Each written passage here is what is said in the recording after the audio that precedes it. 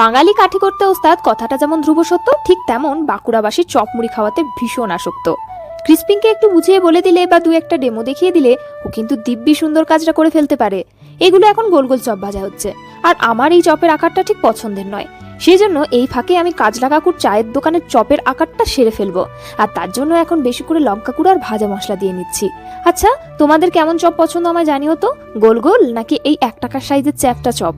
যা সুন্দর ফুলে উঠেছে চপগুলো, যে দেখবে সেই ভেবে নেবে আমি একজন পাক্কা চপ ভাজুনি। গরম তেল থেকে চপগুলো তুলে সাদা প্লেটে এখন লরির চাকার মতো একটু সাজিয়ে দিলাম, আর তারই পাশে পেঁয়াজের রিংগুলো সুন্দর করে নামিয়ে দিয়েছি।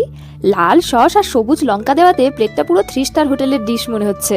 পাশ থেকে কিন্তু কেন্দ্রিক বড্ড হাসাহাসি করছিল, ভাবছিল এত সুন্দর করে সাজিয়ে গুছিয়ে খেতে যাচ্ছি।